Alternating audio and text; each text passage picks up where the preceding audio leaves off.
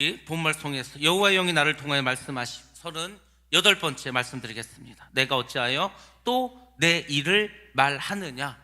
사실 다윗이 이 말을 했을 때에는 이제 다윗이 다시 왕으로 복귀하면서 그 피난 시절에 만났던 4명의 사람들에 대해서 이야기를 하면서 했던 말입니다. 근데 우리 교회 입장에서 보자면 이런 것 같습니다. 오늘 우리에게 하나님께서 어찌하여 내가 또 하나님의 편, 교회의 편에서 말하지 않고 내 입장에서 말을 하느냐, 이런 식으로 우리가 볼 수도 있을 것 같습니다. 아무튼 오늘 설교 말씀은 우리가 평소에 들었던 본문의 말씀이 아닙니다. 설교를 준비하면서도 제가 이 본문에서 도대체 무슨 말을 할 수 있을까, 특별히 할 말이 없을 것 같아. 이미 제가 지금까지 설교하면서 했었던 말들도 있고, 그렇지만 또 한편으로는 그 안에서도 하나님의 뜻이 담겨져 있는 내용들이 있더라고요. 그래서 오늘 또 우리 교회 입장에서 제가 몇 가지 말씀을 드리도록 하겠습니다. 다윗이 피난하면서 만났던 중요한 4사람들, 그 사람들과 관련된 이야기를 우리가 나누면서 또 우리 성도들은, 우리 하늘성교회는 어떻게 믿음으로 살아가야 될까, 여러분들이 말씀 잘 들으시고 은혜 받으시고 변화되는 우리 모두가 되기를 주님의 이름으로 축원합니다. 자, 일단 다윗이 이제 피난 생활을 마치고 예루살렘으로 돌아가게 됩니다. 그러려면 요단강을 건너게 됩니다. 그때 이 다윗을 맞이하기 위해서 직접 요단강을 건너온 사람들이 있습니다. 그 사람이 시바와 시므이입니다. 시바와 시므이에 대해서는 제가 앞에서 계속해서 설교할 때 말씀드렸습니다. 바후림에 사는 베냐민 사람 게라의 아들 시므이가 먼저 급히 와서 다윗 왕을 맞으려고 모든 유다 사람과 함께 내려옵니다. 시므이는 누굽니까? 다윗 왕의 친척입니다. 시므이는 누구입니까? 다윗이 왕이 되지 않았더라면 혹시 왕이 될 수도 있었던 사람입니다.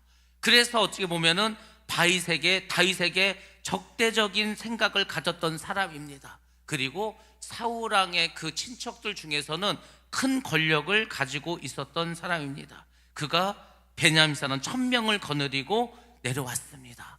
그리고 사울 집안의 종이었던 무비보셋 집의 종이었던 시바도 함께 옵니다.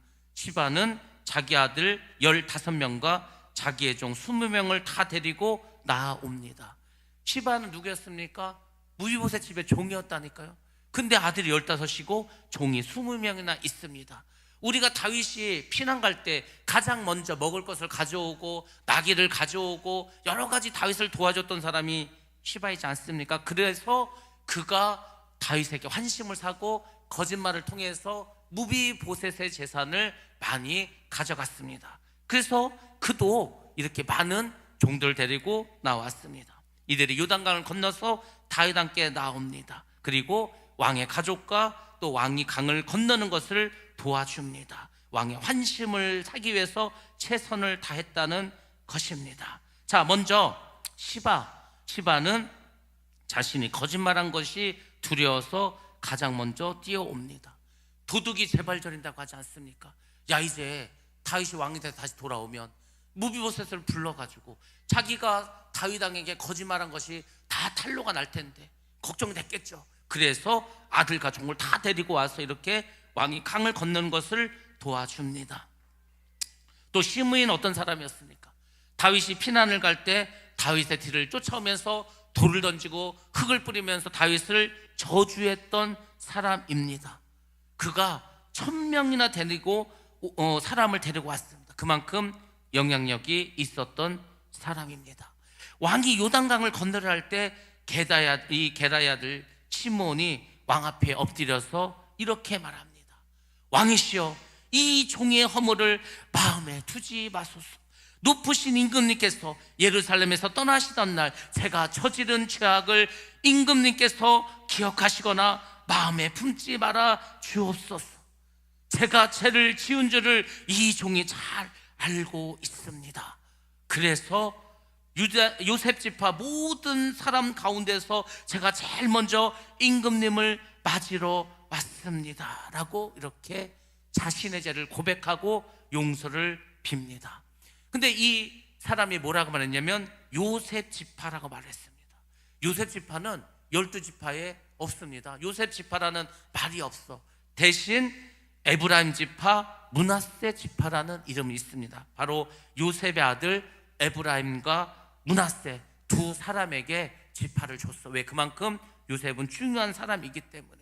그리고 베냐민 지파와 요셉 지파를 합치면 이 사람들은 북왕국을 이뤘던 중심적인 지파였습니다. 형제 시간이기 때문에 요셉 지파는 굉장히 중요한 지파들이었다는 것을 알고 있습니다. 근데 이 사람, 이 시므이는 어떻게 했습니까? 다윗이 힘이 없을 때에는 다윗을 모욕했습니다. 근데 다윗이 다시 왕이 되고 힘을 얻으니까 아부했다는 겁니다. 권력에는 아부하고 그리고 연약한 자는 무시하는 기회주의자와 같은 사람이었다는 것입니다. 자, 그런데 중요한 것은 그러면은 다윗은 이 시므이를 어떻게 판결을 내렸을까? 이것이 중요하지 않겠습니까? 자, 다윗이 이제 말하기 전에 먼저 아비새가 이 시므이의 말을 듣고서 이렇게 말합니다. 하나님께서 기름 부어 세우신 그 분을 네가 저주를 했으니까 그것으로도 너는 죽어 마땅하다. 그래서 아비새는 시므이를 죽이려고 합니다. 처음 시므이가 다윗을 따라오면서 저주를 할 때에도 사실 아비새는 시므이를 죽이려고 했습니다. 그때 다윗이 막지 않았습니까? 자, 이것을 보고 다윗이 아비새에게 말합니다. 너희들은 나의 말을 들어라. 왜 나의 일에 너희들이 나서서 오늘 너희가 나의 대적이 되려고 하느냐? 지금 시므이와 다윗의 관계가 문제가 있는 거죠. 물론 사실 아비새는 다윗의 편에서 말을 하고 있죠. 그렇지만 다윗은 아비새가 시므이를 죽는 것을 막습니다. 오히려 네가 시므이를 죽이면 네가 오늘날 나의 대적이 된다고까지 말을 했습니다. 왜 그렇습니까? 다윗이 이제 말을 하죠. 여러분들, 우리가 이 내용을 들으려면은요, 이스라엘 역사를 다시 한번 잘 생각하셔야 됩니다. 이스라엘이 출애굽했습니다. 광야 생활했습니다. 요단을 건넜습니다. 가나안 땅을 정복해 갑니다. 그리고 여호수아가 죽고 나서 사사 시대가 열립니다. 그렇게 많은 사사들과 함께 몇백 년을 보낸 후에 왕을 원하죠. 사울 왕을 세웁니다. 사울은 베냐민 지파 사람이었습니다. 근데 이 사람들이 왕이 없이 사사가 다스리다 보니까 강력한 왕권이 없었습니다. 다 지파별로 살았습니다. 그리고 북왕국 쪽에는 10개의 지파가 똘똘 뭉쳐 살았고 남쪽에는 유다 지파를 중심으로 2개의 지파만 있었습니다. 그러니까 별로 그렇게 교류가 없었어요. 근데 베냐민 지파에서 사울이 왕이 되었습니다. 첫 번째 왕이 되었으니까 베냐민 지파가 강했죠. 근데 사울 왕이 죽었습니다. 그 다음에 누가 왕이 됐습니까? 그 사울 왕의 아들이 아닌 유다 지파 사람이 왕이 되었어. 북쪽에서 왕을 했는데 남쪽에 있는 사람이 왕이 되었어. 당연히 통일하기가 쉽지 않았겠죠. 그래서 유다에서 다윗이 왕이 되고 나서 7년 6개월 후에 드디어 북왕국을 합쳐서 통일왕국을 이룹니다. 그렇게 해서 다윗이 통치를 하는데 다른 누구도 아닌 남유다, 더군다나 다윗의 아들이 반역을 일으킵니다. 그래서 다시 나라가 쪼개지게 되었죠. 그 쪼개진 나라 속에서 어떻게 이제 나라가 수습이 됩니까? 압살롬이 죽어. 근데 유다 사람들은 다시 다윗을 왕으로 데려오기가 꺼려집니다. 왜? 자기들이 다윗을 반역했기 때문에. 압살롬의 편을 들지 않았습니까? 근데 북쪽에 있는 10개의 지파들은 다윗을 다시 왕으로 세우자고 모여서 회의를 하고 다윗을 다시 왕으로 모셔오라고 합니다. 이런 상황 속에서 만약에 아비새가 시므이를 죽인다. 시므이는 지금 그 베냐민 지파에서 북왕 쪽에서 아주 이 힘을 가지고 있는 사람인데 그 사람을 죽이면은 통일이 되겠습니까? 다시 힘을 합치겠습니까? 어렵죠. 그러니까 다윗은 그 죽이지 말라고 합니다. 내가 오늘에서야 온 이스라엘의 왕이 된 것 같은데 이런 날에 이스라엘에서 사람이 처형받게 되면 되겠느냐? 이렇게 말을 합니다. 다윗은 시므에게 말합니다. 너는 처형당하지 않을 것이다. 내가 약속해 주겠다고 그렇게 말을 합니다. 지금은 시므이를 죽일 때가 아니라는 거죠. 지금 하나님께 은혜를 받은 날이고 하나로 합체될 날인데 그런 날에 복수를 한다? 안 된다는 거죠. 만약에 시므이가 죽는다면은 그에게 속한 사람도 다 벌을 받아야 합니다. 그러면 나라는 또 쪼개지고 또 분열하고 또 싸워야 될 수밖에 없습니다. 많은 사람들이 또다시 다윗과 원수가 된다는 겁니다. 그래서 다윗은 하나님께서 자신에게 주신 사람들을 모으고 모아서 하나로 만들려고 합니다. 다윗은 사실 시므이를 죽을 때까지 기다리면서 그가 회개하기를 기다립니다. 그러니까 다윗은 지도자지 않습니까?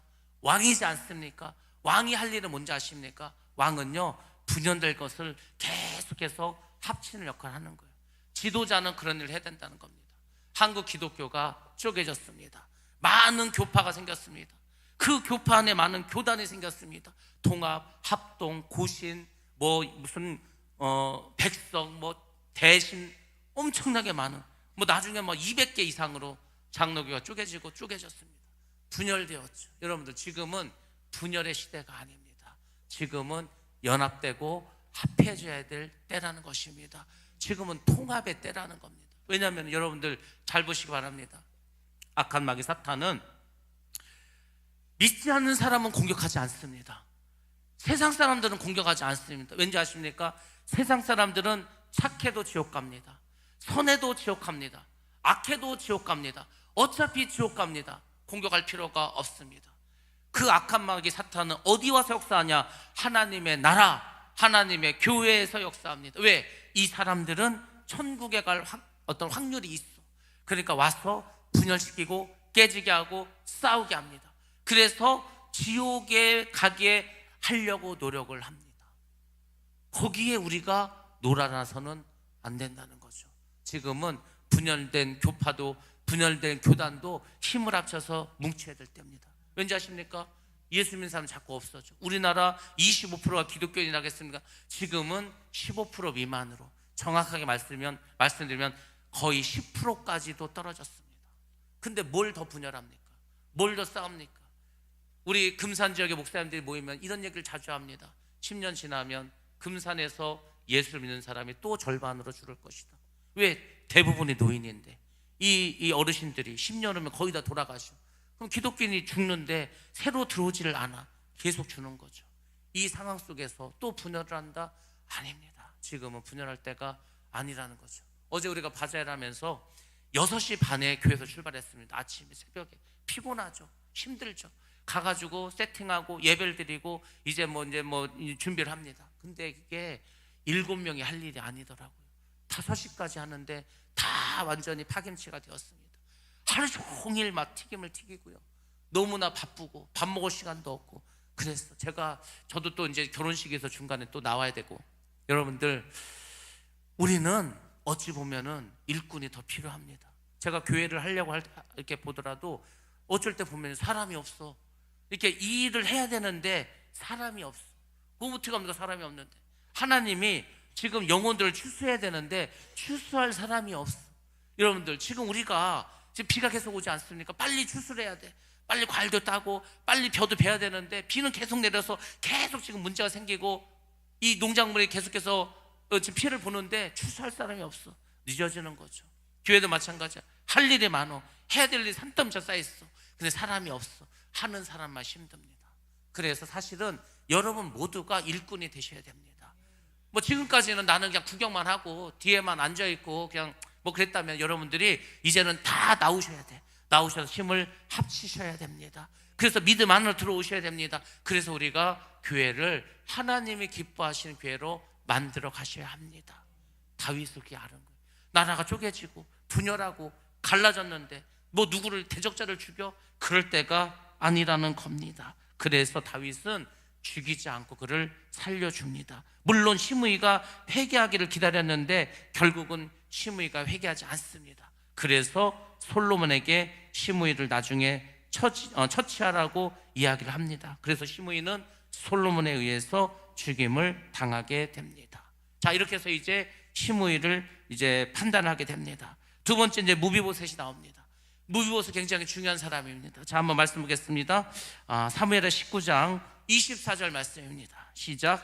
사울의 손자 무비보셋이 내려와 왕을 맞으니 그는 왕이 떠난 날부터 평안히 돌아오는 날까지 그의 발을 맵시 내지 아니하며 그의 수염을 깎지 아니하며 옷을 빨지 아니하였더라. 아멘. 아멘.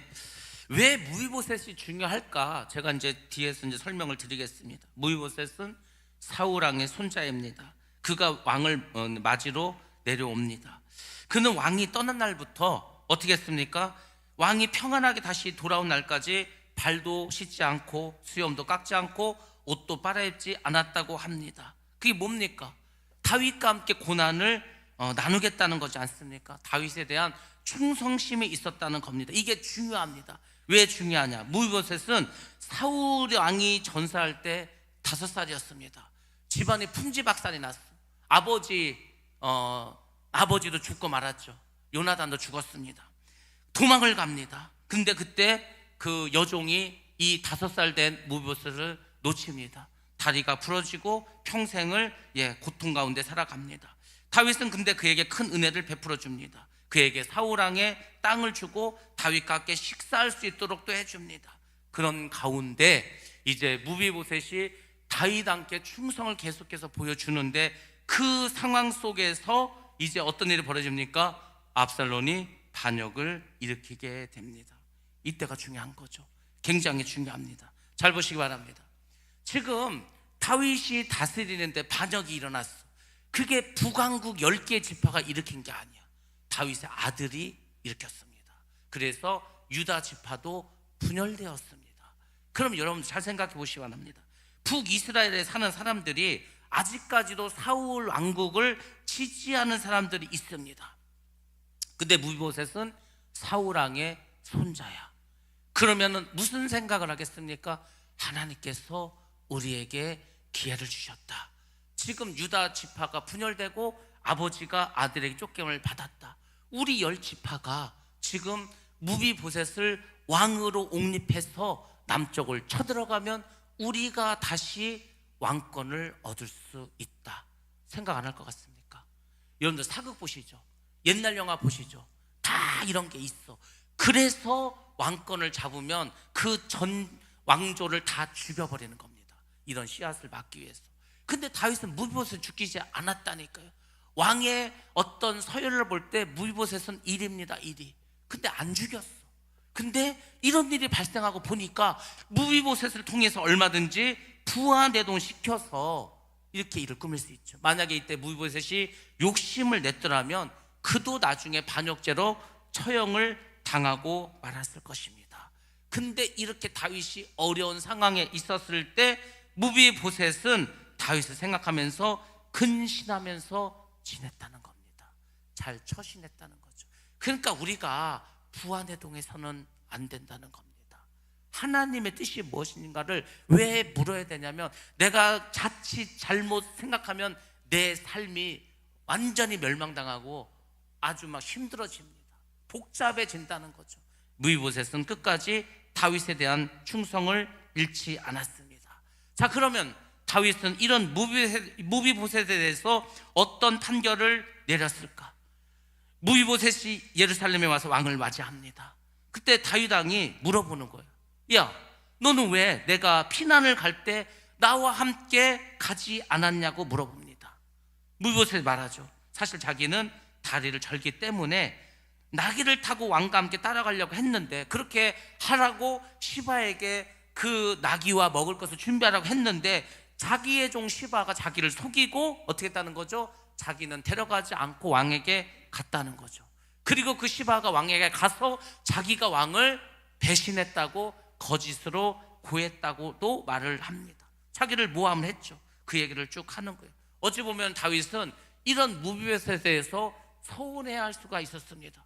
자기가 피난을 가는데 오지도 않고 종이 오고 그 종인 시바는 무비보셋이 자기를 배신했다고 하고, 그러니까 다윗은 뭔가 지금 무비보셋에 대해서 좋은 감정이 아니요. 그렇지 않습니까? 내용이 그렇지 않아요. 왜 너 나 피난 갈 때 같이 오지 않았냐고 그렇게 묻지 않습니까? 그때 무비보셋은 다윗 왕에게 말합니다.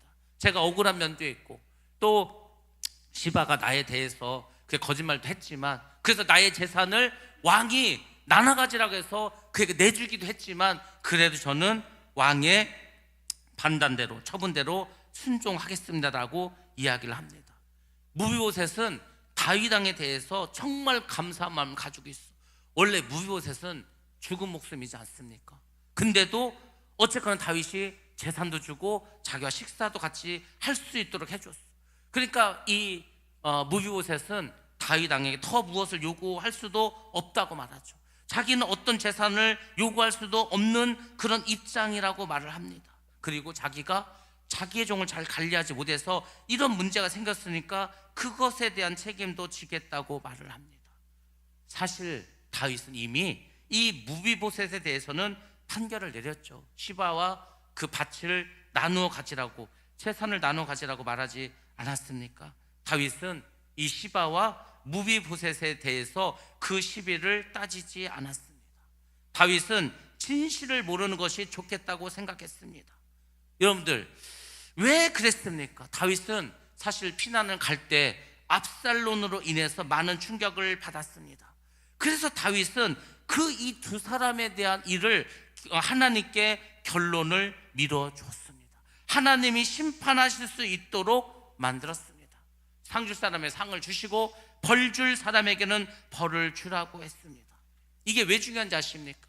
우리는 어떤 일이 벌어지면요, 끝까지 시시비비를 따지려고 하는 습성이 있습니다. 그래, 누가 잘했는지, 누가 잘못했는지 끝까지 한번 따져보자. 다 까놓고 막 해보려고 그래. 그러면요, 마귀만 춤춥니다. 결국 최종적인 판단은 하나님께 맡기는 거. 억울하죠. 억울한 일도 있죠. 모함을 받은 것도 있죠. 근데 그것을 다 까가지고 다 얘기해서 그러면 일이 잘 해결될 것 같습니까? 아닙니다. 그래서 교회가 싸우고, 그래서 교회가 분란이 일어나는 겁니다. 여러분들, 지금 다윗은 모든 것을 하나님께 맡겼습니다. 하나님께서 상 줄 사람이 있으면 상을 주실 때고, 벌 줄 사람이 있으면 벌을 줄 것이 아닌가. 근데 그것을 우리가 내가 억울하니까 다 따져보고 하겠다, 그러면은 안 된다는 겁니다. 우리는 때로 시시비비를 가르기보다는 모르고 지나가는 것이 하나님의 뜻일 수 있고, 모르고 지나가기로 작정해야 된다는 겁니다. 하나님께서 모든 시시비비를 가리고 판결하도록 하나님께 맡겨야 된다는 겁니다. 왜냐하면 그 시시비비를 가리면서 또 다른 피해자가 나오고, 또 다른 오해가 나오고, 또 분열하고, 또 싸우고, 결국 끝이 없습니다. 왜냐하면 사람은요, 다 자기 입장에서 생각합니다. 제가 말했잖아요. 이 사람 말을 들으면 이 사람 말이 맞다니까요. 저 사람 말을 들으면 저 사람 말이 맞아. 그럼 여러분, 누구 말이 맞습니까? 사람의 말은 다 맞습니다. 왜? 자기 입장에서 말을 하기 때문에. 그러니까 우리가 사람의 입장에서 판단하지 말고 하나님께서 판단하시도록 해야 된다는 것입니다. 그래서 다윗은 어떤 판결을 내리지 않습니다. 오직 하나님 하실 수 있도록. 여러분들, 우리가 어려울 때는요, 우리가 뭘 판단하려고 해서는 안 됩니다. 하나님께 맡겨야 합니다. 하나님께서 해결하실 수 있도록 기도하셔야 됩니다. 그게 믿음이지 않습니까? 내가 다 판단하고 내가 다 해결하려고 그래. 그러면요, 또 다른 문제가 또 나옵니다. 그럴 수밖에 없어. 제가 이제 뒤에서 말씀드리겠지만은 이런 과정에서 또 결국은 분열됩니다. 세바가 반역을 일으킵니다. 아니, 지금 아들이 반란을 일으켜서 겨우 진압을 해갖고 겨우 하나로 어떻게 만들어가는데 또 반란이 일어나. 제가 그걸 보면서 그 생각을 했습니다. 아, 그렇구나. 이 교회 안에는, 우리가 살아간 이 세상에는 끝이 없구나. 마귀는 정말 우리가 죽는 그 순간까지, 주님이 오시는 그 순간까지 끊임없이 우리를 공격할 거구나. 그럼 여러분들, 우리는 어떻게 해야 됩니까? 하나로 뭉쳐야 되겠죠.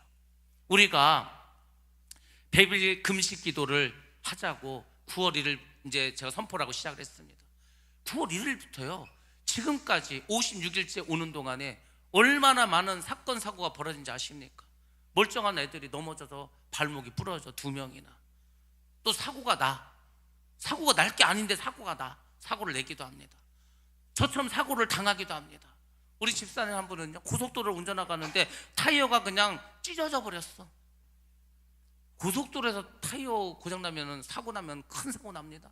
근데 또 하나님께서 뭐 그 휴게소를, 또 휴게소 있는 데서 그래서 빨리 휴게소에 가서 해결하게 합니다. 뱀에 물린 분도 있습니다. 이런 데는 왜 벌어집니까? 기도를 하게, 마귀들이요 계속 공격하는 거예요. 계속 역사하는 거예요. 근데 여러분, 저는 그걸 느낍니다.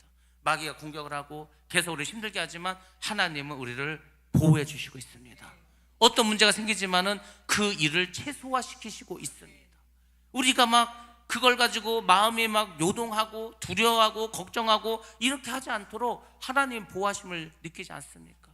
여러분들, 마지막 세상이 되면은요, 우리 이 세상에 살 수 없습니다. 지금 계속해서 나오는 뉴스가 뭐냐면 그 열대 지방은요, 계속 이게 해수면이 높여져. 도로가 다 물이야. 집도 다 물이야. 살 수가 없어. 나라 전체가 잠겨가고 있습니다. 우리나라도요, 이런 식으로 가면 얼마 지나지 않아서 부산도 잠깁니다. 동해안에 도시도 많이 잠깁니다.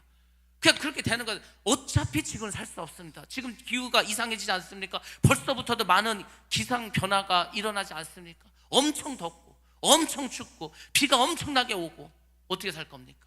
그러다가 마지막에 대접재앙의 마지막에 뭡니까? 태양이 지구와 가까워져.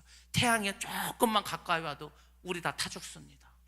그래서 하나님이 완전히 다 멸망시키지 않습니까? 그런 어려운 상황이 우리 앞에 있는데 지금 시시비비를 가리게 생겼습니까? 뭘 따지게 생겼습니까? 아닙니다. 하나님께 맡기고 하나님께서 역사하실 수 있도록 우리는 기도하고 나아가야 할 줄로 믿습니다. 다윗은 이미 공적으로 판결을 다 내렸죠. 무이보셋에게 시바에게 땅을 주라고 하지 않았습니까? 또 다윗이 이런 말을 했기 때문에 자신의 말에 책임을 지기 위해서 재산의 반을 시바에게 주라고 합니다. 그런 어떤 판결에 무이보셋은 왕에게 이렇게 말합니다. 왕께서 안전하게 왕궁으로 돌아오셨는데 제가 그 밭을 다 그 시바에게 준들 뭐가 어떻겠습니까? 끝까지 자기의 어떤 그 충성을 보이고 욕심을 부리지 않습니다. 이렇게 해서 무비보셋과 시바의 문제도 해결합니다. 이제 마지막 네 번째 사람이 나옵니다. 그 사람은 바르실레입니다. 자, 바르실레는 어떻게 했을까? 우리 말씀 보겠습니다. 31절로 32절 말씀 보겠습니다. 시작. 길르앗 사람 바르실레가 왕이 요단을 건너가게 하려고 로글림에서 내려와 함께 요단에 이르니 바르실레는 매우 늙어 나이가 80세라. 그는 큰 부자이므로 왕이 마하나임에 머물 때에 그가 왕을 곤개하였더라. 아멘. 아멘. 예, 그렇습니다. 길르앗 사람 바르실레도 로글림에서 내려와 왕이 요단강을 건너는 일을 도우려 합니다. 요단 강가로 나왔습니다. 바르실레는 어떤 사람입니까? 예, 나이가 많은 80살이 된 사람입니다. 그는 큰 부자였습니다. 왕이 마나하임으로 피난을 왔다는 소식을 듣고 왕이 필요한 모든 음식들을 공급해 줬습니다. 필요한 이불도 갖다 주고 옷도 갖다 주고 최선을 다해서 아낌없이 다윗을 도왔습니다. 그래서 이제 왕이 이렇게 예루살렘을 돌아가게 되니까 이제 이 다윗 왕이 바르실레에게 말합니다. 내가 이제 예루살렘에 가니까 자기를 따라오라는 것. 요단강을 건너 같이 가자는 거. 내가 집도 주고 땅도 주고 높은 권세를 주고 할 테니까 내가 은혜를 갚을 때는 같이 가자고 말합니다. 근데 바르실레는 거절을 합니다. 자신이 대접을 받으려고 다윗을 도운 게 아니라고 합니다. 그리고 다윗에게 오히려 부탁을 합니다. 제가 이제 나이도 많고 얼마 안 가서 죽게 되는데 차라리 제가 이 고향 마을에 남아서 우리 아버지와 어머니 무덤 곁에서 죽을 수 있게 해달라고 합니다. 그 대신 자기 아들 김함을 데려가 달라고 이야기를 합니다. 그 말을 듣고 다윗은 그럼 알았다고, 내가 그러면 너희 아들 김함을 데리고 가겠다고 약속을 합니다. 그리고 정말 이 다윗은 이 바르실레에 대한 그 고마움을 여러 가지로 표현하고 실제로 잘 해줍니다. 특별히 다윗이 그 아들에게도 부탁을 해서 네가 이 은혜를 잊지 말라고 합니다. 솔로몬도 그래서 김함을 잘 보살펴 줬습니다. 그만큼 다윗은 바르실레에 대해서 큰 고마움을 느꼈습니다. 자, 이렇게 해서 다윗이 이제 피난길에서 만났던 그 네 사람들의 이 일을 마무리합니다. 자, 이렇게 해서 일이 끝났으면 좋을 텐데 그렇지 않습니다. 이게 끝난 게 아니더라고요. 또 다른 일이 벌어집니다. 자, 드디어 온 백성과 왕이 요단강을 건너갑니다.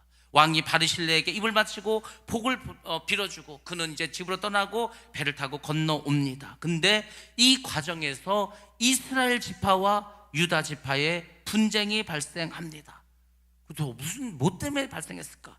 왕이 길갈로 이제 건너옵니다. 김함, 유다 백성, 이스라엘 백성 절반이 왕을 따라서 요단강을 건너옵니다. 근데 왕을 누가 모시느냐를 가지고 유다 지파와 이스라엘 지파가 서로 다윗 왕을 모시겠다고 싸움을 합니다.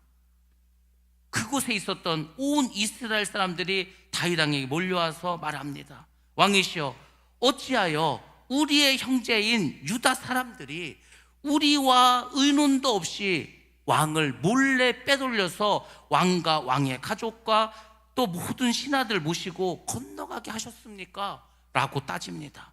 그러니까 또 유다 사람들이 다 와가지고 말하죠. 이스라엘 사람들에게 뭐라고 말합니까? 우리가 임금님과 더 가깝다. 야, 임금님이 유다 사람이야, 유다 지파야, 우리가 유다 지파라고. 그러니까 당연히 유다 지파는 우리가 왕을 모셔야 되지 않겠냐? 이렇게 이야기를 하죠. 야, 왜 너희들이 별것도 아닌 걸 가지고 그렇게 화를 내냐라고 오히려 뭐라고 합니다. 우리가 왕을 뭐 모셨다고 그래서 우리가 뭐 왕에게 뭐 얻어먹은 게 있냐? 없다는 거죠.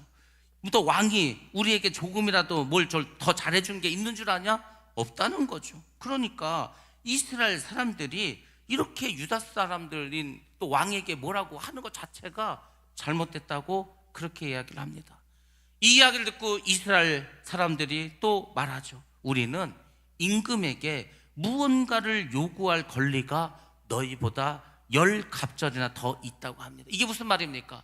야, 우리는 10지파야, 너희들은 한 지파잖아. 너희들이 왕에게 뭘 요구하는 게 하나라면 우리는 10지파니까 너희보다 10갑절 더 많다는 거죠. 그러니까 이스라엘은 이 12지파가 여전히 통일되지 못하고 지파 간에 갈등이 있었다는 겁니다. 분열의 씨앗이 항상 있었다는 거예요. 제가 이걸 보면 생각했습니다. 아, 그렇구나. 교회 안에도 분열이 있고 싸움이 있고 다툼이 있어. 뭐 쉽게 말하면 지파가 있겠죠. 지파가. 아, 이 지파들이 다 하나가 되어서 잘 살고 잘 이렇게 협력해야 되는데 그게 잘 되지 않아. 특히 이상하게 교회에서는. 제가 아까 말씀드렸지만은 우리에게 어제 인삼을 3번이나, 아니 기름값도 안 나와, 원가도 뭐 좀 싸게 줬는데 더군다나 밥을 못 먹었다고 김밥까지 사다 줘. 이 사람이요, 교회 다니는 사람이 아닙니다. 절에 다니는 사람이요. 절에 다니는 사람도 자기가 손해가 나면서 3번이나 금산에서 그 유성까지 왔다 갔다 하면서 우리를 도와줘. 선하죠. 착하죠. 믿지 않는 사람도 그래. 근데 왜 믿는 사람들은 계속 별것도 아닌 것을 싸우고 시기하고 다투고 할까? 예, 마귀가 역사하기 때문에. 안 믿는 사람 역사 안 한다니까. 안 해도 돼. 어차피 지옥 가니까. 믿는 사람만 계속 공격해. 근데 믿는 우리가 이런 영적인 싸움을 이길 만큼 우리는 무장이 되어 있습니까? 전신갑주를 입고 있습니까? 우리 마음속에 일어나는 내 어떤 욕심과 나의 이런 모든 어떤 교만함을 여러분 이길 만큼 지금 기도하고 계십니까? 제가 어떤 목사님하고도 말했어. 우리가 이런 영적인 상태를, 성령 충만한 상태를 유지하려면 최소한 1시간은 기도해야 돼. 그것도 방언으로. 또 최소한 1시간은 말씀을 묵상해야 돼. 매일매일. 그게요, 유지하는 게 그래. 내가 더 영적으로 깊어지려면 더 많은 기도와 더 많은 묵상과 더 많은 순종을 해야 돼. 그게 됩니까 지금? 그렇게 하신 분이 몇 분이나 있습니까? 그게 아니면 다 육적으로 생각합니다. 이생의 자랑과 정욕과 안목의 정욕, 육신의 정욕, 이생의 자랑 못 벗어납니다. 인간적인 가치관, 세상의 가치관으로 교회도 판단합니다. 교회는요, 세상의 가치관을 판단하는 것이 아니에요. 여기는 하나님의 법이 유지되는 곳이기 때문에 내가 판단할 수 없어. 하나님께 맡게 된다니까요. 하나님이 최종 판결자야. 하나님이 뭐라고 하는 거를 들으셔야 된다니까요. 뭐 내가 억울한 게 있죠. 할 얘기 있죠. 다 나와서 여러분의 억울한 거, 여러분 하고 싶은 데 다 얘기하고 그러면은요, 뭐 엄청 많을 겁니다. 근데 그거를 덮고 가는 거예요. 왜? 하나님은 아시니까. 그렇게 해서 넘어가는 겁니다. 그게 교회야. 근데 세상 사람들은 다 자기의 입장과 자기 생각을 다 드러내고 그래서 이렇게만 해야 된다는 거예요. 지금 이 사람들이 뭡니까? 왕을 누가 데려가면 어때? 근데 우리가 꼭 데려가야 되겠다는 거예요. 유다는 말하죠. 야, 우리가 유다 집하고 왕의 유다 집하고 우리가 모셔가는 거 당연해. 이스라엘은 뭐라고 하는지 아십니까? 야, 왕이 압살론을 죽이고 우리가 누구를 왕으로 모실까 할 때 니들끼리 싸우고 이 다윗을 왕으로 모셔오는 것 같고 니들 별로 말하지 않았죠. 우리는 일찌감치 모여서 회의해가지고 다시 다윗을 왕으로 모셔오자고 했어. 그러니까 우리에게 우선권이 있다고 말하죠. 다 자기들의 주장을 한다는 겁니다. 그래서 우리가 잘 생각을 하셔야 되는 거예요. 이런 것 가지고 어떻게 보면 참 작은 거죠. 근데 그것을 가지고 계속해서 싸운다는 겁니다. 왜 너희가 유다 지파라고 10지파나 있는 우리를 무시하냐고 말하죠. 높으신 임금님을 우리가 다시 모셔와야 되겠다. 왜? 맨 먼저 말한 사람 바로 우리기 때문에 그렇게 말을 합니다. 그래도 유다 사람들의 말이 이스라엘 사람들의 말보다 더 강경합니다. 결국 유다 사람들이 다윗을 모셔오게 됩니다. 이 사건 후에 그래서 세바가 반란을 일으키게 됩니다. 이 양쪽에서 긴장이 막 고조가 돼, 분열이 돼, 틈이 생기면 이제 마귀가 역사하죠. 이 사람이 세바가 선동을 합니다. 그런 상황에서 누가 선동까지 해. 선동하면요, 이때는 사람들이 막 이게 와 우르르 막 몰려듭니다. 선동을 해서 부안해동하고 결국은 멸망을 당하게 됩니다. 그게 역사가 우리에게 보여주는 거지 않습니까? 유다 사람들에게도 문제가 있죠. 그들은 이스라엘 사람들과 상의하지 않았습니다. 야, 우리가 좀 늦게 결정을 했지만 그래도 우리가 모셔올게. 상의를 했어야 돼. 상의를 하지 않고 일을 처리했습니다. 그러면 상대 쪽은 어떻게 생각하죠? 내가 무시당했다는 느낌이 들어, 소외감도 들어. 그럼 어떻게 합니까? 화가 나죠. 사람들은 이렇게 작은 문제로 불신이 생기고 서로 싸우게 됩니다. 교회에서 왜 싸우는가? 왜 이런 불화가 일어나는가? 왜 소외감이 일어나는가? 제가 가만히 보니까 다른 게 아니요. 왜 내가 모르는 일을 저 사람은 알고 있냐 이거예요. 왜 목사님은 나한테 먼저 말하지 않고 저 사람에게 말해줬냐 이거예요. 다 그거의 시작은. 제가요 처음부터 와서 말하지 않았습니까? 저는 왼팔 오른팔 없습니다. 저를 이렇게 무슨 누구를 저를 이렇게 특별히 주변에서 보호 다 소용없어요. 저는 여기 하나님만 섬기고 여러분들이 천국 가는 일에만 신경 쓸 겁니다. 특별히 누구랑 친하고 특별히 누구랑 사이가 나쁘고 이런 것도 없습니다. 여러분들이 스스로 이렇게 생각하는 거예요. 나는 모르는데 저 사람이 아니까 저 사람하고 목사는 더 친한가? 그런 게 없다니까요. 그럴 생각도 없습니다. 근데 그렇게 막 생각을 해.